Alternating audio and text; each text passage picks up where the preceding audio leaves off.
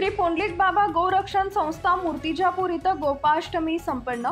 दरवर्षीप्रमाणे यंदा सुद्धा श्री पुंडलिक बाबा गोरक्षण संस्थान रेपाळखेड रोड मूर्तिजापूर इथं गोपाळ अष्टमीचं आयोजन करण्यात आले होते।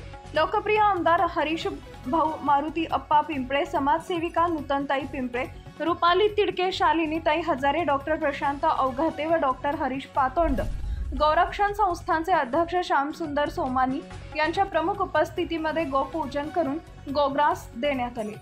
कत्तलीपासून वाचवलेल्या जवळपास 250 गोवंशांचं संगोपन नियमितपणे इथं होत आहे आणि विविध कार्यशाळा तसेच कार्यक्रम करण्यात येत असल्याचं कैलास अग्रवाल यांनी आपल्या प्रस्तावितमध्ये विशद केले। श्री महारुद्र मारुती संस्था येथील आरती मंडळाद्वारे महाआरतीचं सुद्धा आयोजन या प्रसंगी करण्यात आले होते।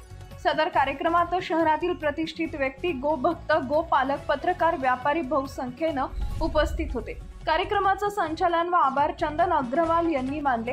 कार्यक्रमासाठी अनिल जेठवानी, मनोहर निमोदिया, विनोद मुळे, गोपाल भरणे, विजयकुमार वर्मा, मंगेश अंबाडेकर सोबत सर्व विश्वस्त कर्मचारी उपस्थित होते। शुद्ध भारतीय जातीच्या गायीच्या पाठीच्या कण्यामध्ये सूर्यकेतू नावाचे एक विशेष मज्जातंतू असते। जेव्हा सूर्यकिरण या मज्जातंतूवर पडतात तेव्हा ते सोन्याचे लहान कण तयार करतात। म्हणूनच शेण, गोमूत्र, दूध, लोणी आणि तूप पिवळसर रंगाचं असतं। या पिवळ्यापणाला अमृत म्हणतात आणि मानवी शरीरात असलेल्या विषाचा नाश करते।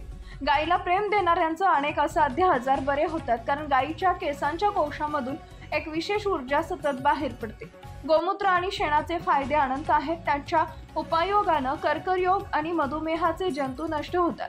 पशुपालकांनी जर गायीचं योग्य प्रकारे संवर्धन केलं तर त्यांना भक्कम आर्थिक पाठबळ सुद्धा मिळते। आमदार हरीश पिंपळे यांनी यावेळी मत आपले व्यक्त केलंय।